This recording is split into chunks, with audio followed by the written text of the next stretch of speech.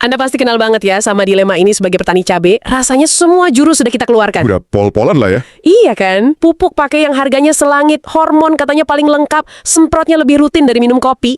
Tapi hasilnya Itu lagi. itu lagi. Bunga keluar malu-malu, yang sudah keluar rontok lagi, buah nggak jadi-jadi. Yang paling bikin gemas, disemprot perangsang buah, yang keluar malah pucuk daun baru yang lebat. Tanaman jadi hijau royo-royo tapi mandul. Betul. Tepat. Dan ini ironisnya, di fase generatif, fase paling penentuan ini, kita seringkali nyalahin hama atau cuaca. Iya, biasanya gitu. Padahal, seringkali musuh terbesarnya itu bukan dari luar. Musuh terbesarnya adalah kesalahpahaman kita sendiri terhadap apa yang sebenarnya terjadi di dalam tanaman itu. Oh, jadi masalahnya internal ya? Betul. Kita sibuk madamin api di permukaan. Padahal ada korsleting listrik di fondasinya. Oke, mari kita bedah ini. Berdasarkan tumpukan sumber yang Anda kirimkan, misi kita hari ini adalah membongkar mengapa ini terjadi. Kita akan coba masuk ke ruang mesin tanaman cabai ya. Betul. Melihat sains di baliknya dan fokus pada keseimbangan nutrisi dan hormon yang ternyata, jauh lebih rumit dari yang kita kira. Betul. Dan kita akan coba jawab pertanyaan paling mendasar. Apakah ini salah produk hormonnya yang nggak manjur, atau jangan-jangan kita yang salah baca sinyal dari tanamannya sejak awal? Nah, ini menarik. Ini bukan sekedar soal kurang apa, tapi lebih ke mengapa tanaman menolak untuk berbuah. Baik, kita mulai dari TKP-nya langsung, kesalahan diagnosis yang paling sering terjadi. Di lapangan kan gejalanya macam-macam. Banyak banget. Ada yang bunganya sedikit, ada yang bunganya banyak tapi rontok kayak musim gugur, dan yang paling bikin pusing tanamannya subur luar biasa tapi buahnya nol. Apa yang sebenarnya terjadi di situ? Nah, dari semua gejala itu, ada satu lagi yang jadi penanda paling jelas kalau kita salah jalan. Apa itu? Yaitu saat kita semprot hormon yang keluar malah tunas air atau pupus. Ini kayak kita mau belok kanan, tapi setirnya malah kekunci ke kiri. Wah. Ini adalah sinyal dari tanaman yang berteriak, kamu salah kasih perintah. Jadi di mana letak kesalahan berpikir kita? Asumsi apa yang keliru? Asumsi paling umum dan paling fatal adalah tanaman tidak berbuah berarti kurang hormon perangsang buah. Sesederhana itu. Langsung to the point ya solusinya. Ya, kita lihat gejala, langsung kasih obat. Padahal kenyataan fisiologisnya, tanaman itu bukan tidak mau berbuah, tapi dia merasa tidak siap dan tidak mampu untuk membesarkan buah. Tunggu, tidak siap ini menarik. Maksudnya tidak siap secara apa? Bukankah kalau daunnya lebat berarti energinya banyak? Nah, ini jebakannya. Daun lebat berarti produksi energi, fotosintesis, memang tinggi. Tapi pertanyaannya, energi itu dialokasikan kemana? Oke. Bayangkan tanaman itu sebuah perusahaan. Fase vegetatif itu fase ekspansi, buka cabang baru. Rekrut karyawan, semua energi lari ke pertumbuhan daun dan tunas. Masuk akal. Fase generatif itu fase produksi. Semua energi harusnya fokus ke pabrik, yaitu bunga dan buah. Oke. Ketika kita lihat bunga rontok di tengah fase ekspansi yang gila-gilaan, lalu kita semprot dengan hormon yang tanpa kita sadari sifatnya vegetatif, kayak giberelin atau sitokinindosis tinggi. Itu kita malah ngasih perintah yang salah ya? Tepat, kita justru memberi perintah. Lanjutkan ekspansi, buka lebih banyak cabang daun.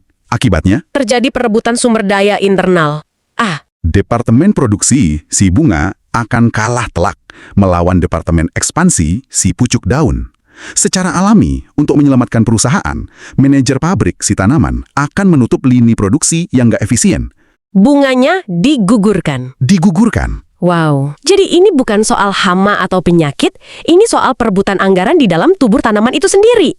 Kita salah kasih bonus ke direktur marketing padahal yang butuh dana itu kepala produksi. Analogi yang sempurna. Jadi poin kuncinya adalah, ini bukan salah hormonnya. Hormon itu cuma alat, cuma perintah. Oke? Ini salah kita sebagai operator yang salah membaca situasi, memberikan perintah di waktu yang salah, dan dengan kombinasi yang salah. Oke, ini bagian yang sangat menarik.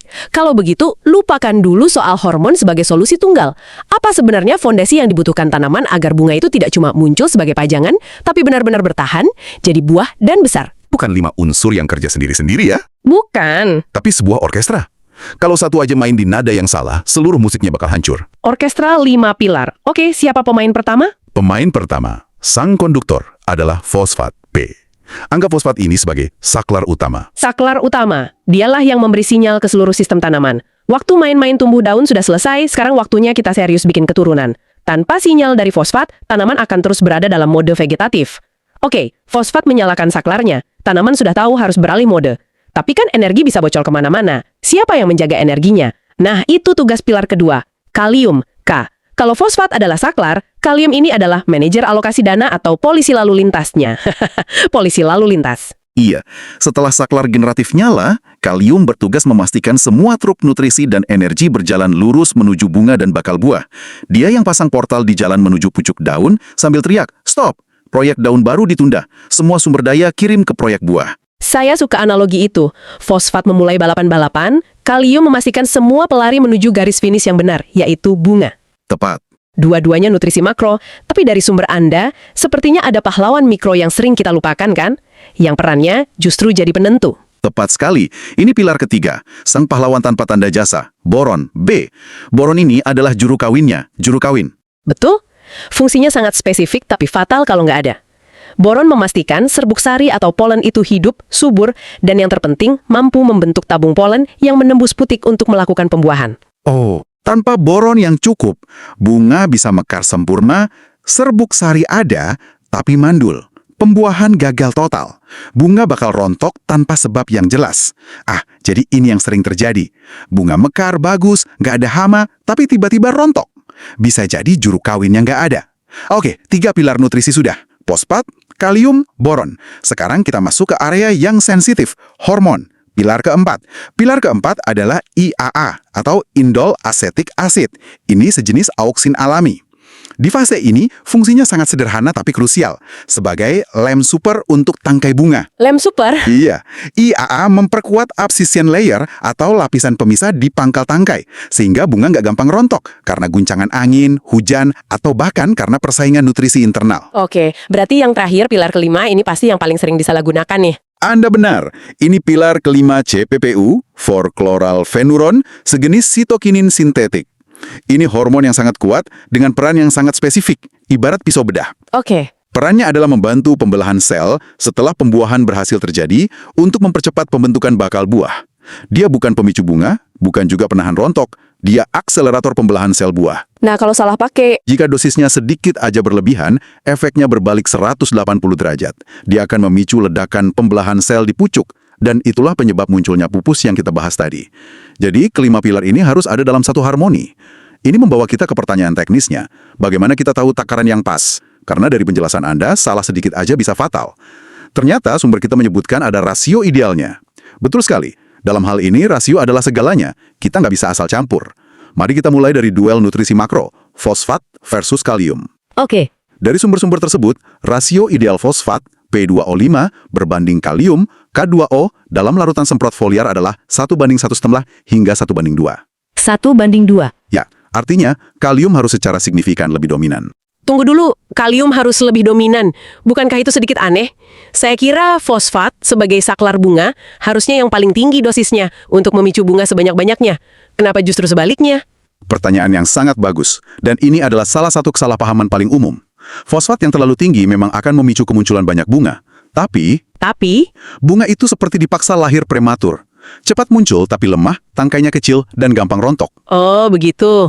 Sebaliknya, kalium yang dominan, si manajer alokasi tadi, memastikan bahwa setiap bunga yang muncul itu didukung penuh oleh pasokan energi. Tangkainya jadi kokoh, kelopaknya kuat, dan proses pengikatan buahnya jauh lebih sempurna. Oke. Kualitas di atas kuantitas. Jadi ada angka spesifiknya. Dalam satuan ppm misalnya. Ada. Untuk aplikasi semprot, target konsentrasi idealnya adalah 100 hingga 120 ppm untuk P2O5, si fosfat, dan 180 hingga 220 ppm untuk K2O, si kalium. Jelas, kalium hampir 2 kali lipatnya. Betul. Oke, rasio P dan K udah jelas. Sekarang bagaimana dengan si juru kawin, boron? Katanya dia sensitif sekali. Sangat sensitif. Ini kayak jadi apoteker buat tanaman. Target konsentrasi ideal boron di larutan semprot itu antara 0,3 hingga 0,6 ppm. Wah, rentangnya sempit banget. Sempit sekali. Jika konsentrasinya di bawah 0,2 ppm, pembuahan gagal, bunga rontok. Tapi jika di atas 0,8 ppm, sedikit aja di atas ambang batas, tanaman bisa keracunan atau fitotoksik. Luar biasa. Ini benar-benar sains. Lalu untuk kontrol hormonnya yang seperti pisau bedah itu, IAA dan CPPU. Kontrolnya harus lebih ketat lagi. Untuk IAA, si lem super, dosis aman yang efektif ada di rentang 1 hingga 3 ppm. 1-3. Iya, dosis ini sudah cukup untuk memperkuat tangkai bunga. Kalau kita nekat memberi di atas 5 ppm, tanaman bakal salah menafsirkan sinyal. Dia akan berpikir, ini perintah untuk menumbuhkan tunas baru, kembali ke mode vegetatif. Dan untuk CPPU, si biang keladi itu? Ini yang paling harus hati-hati. Dosisnya sangat-sangat mikro. dosis efektif CPPU untuk cabai hanya di kisaran 0,01 hingga 0,05 ppm. Apa? 0,01. Itu kan nyaris nggak ada, setetes di lautan. Nggak heran kalau petani sering kelebihan dosis, menakarnya susah sekali. Tepat. Sedikit aja kelebihan, misalnya jadi 0,1 ppm, itu sudah cukup untuk memicu ledakan pucuk daun dan menyebabkan kegagalan bunga total. Pantes saja. Itulah mengapa CPPU tidak boleh pernah diberikan sendirian. Dia wajib didampingi oleh polisi lalu lintas kalium yang tinggi dan juru kawin boron yang cukup. Baik, teorinya sudah sangat jelas. Sekarang mari kita lihat bagaimana semua prinsip ini bekerja di dunia nyata. Di pasaran kan banyak produk ya. Kita ambil contoh dari sumber Anda, ada produk dengan komposisi seperti ini. Fosfat sekitar 15%, kalium 25%. Jelas kalium lebih dominan. Jauh lebih dominan, ditambah boron 1,2%, serta dosis mikro IEE dan CPPU. Betul, formula semacam itu, kalau kita lihat dari rasionya, jelas dirancang bukan sebagai pupuk generik, melainkan sebagai alat pengarah fase generatif yang presisi. Bukan buat kasih makan biasa ya? Bukan, tujuannya memberi perintah yang jelas kepada tanaman untuk fokus pada pembuahan. Bunganya sudah mulai keluar, tapi pucuknya kelihatannya kok masih liar sekali. Apa yang harus dilakukan? Nah, strategi yang benar dalam kondisi ragu adalah turunkan dosis hormonnya, artinya kurangi dosis total produknya, dan naikkan unsur kalium murni secara terpisah. Oh, jadi kaliumnya ditambah dari sumber lain? Betul, ini seperti kita menginjak rem vegetatif sambil perlahan menekan gas generatif. Jangan pernah melakukan sebaliknya. Luar biasa dalam. Jadi setelah kita membedah semuanya, dari diagnosis yang keliru, 5 pilar orkestra nutrisi, rasio yang presisi, hingga waktu aplikasi yang krusial, apa kesimpulan besar yang bisa kita pegang? Rangkumannya bisa kita sederhanakan begini. Fosfat dan kalium itu penentu arah kemana energi tanaman akan berjalan. Oke? Penentu arah. Boron adalah penentu jadi atau tidaknya pembuahan di persimpangan jalan itu. Oke? IAA berfungsi sebagai sabuk pengaman agar bunga tidak jatuh di tengah perjalanan. Sabuk pengaman. Dan CPPU hanyalah tombol NOS kecil yang hanya boleh ditekan setelah garis finish sudah di depan mata, bukan di awal balapan. Saya suka itu. Dan ada satu kutipan dari sumber yang Anda berikan yang sepertinya merangkum seluruh filosofi ini dengan sempurna. Betul. Kesimpulannya adalah, bukan hormon yang membuat buah jadi, tetapi keseimbangan hara yang membuat hormon bekerja. Wow! Tanpa fondasi nutrisi yang tepat, hormon sekuat apapun, semahal apapun, hanya akan menjadi bumerang yang menyerang balik. Setelah memahami betapa rumit dan halusnya keseimbangan nutrisi ini untuk sekedar membuat sebuah cabai berbuah, ini memunculkan satu pertanyaan penutup untuk Anda renungkan. Di area lain dalam hidup kita, entah itu dalam pekerjaan, kesehatan, atau bahkan hubungan, di mana lagi kita seringkali terlalu fokus pada pemicu atau hormon yang kelihatannya instan? Seperti mencari suntikan motivasi ya. Betul, ikut seminar mahal atau mencari solusi cepat. Padahal, yang sebetulnya dibutuhkan adalah memperbaiki hara atau fondasi dasarnya terlebih dahulu. Mungkin yang kita perlukan bukanlah dorongan yang lebih keras, melainkan nutrisi yang lebih baik, agar kita siap merespons dorongan itu saat waktunya benar-benar tepat.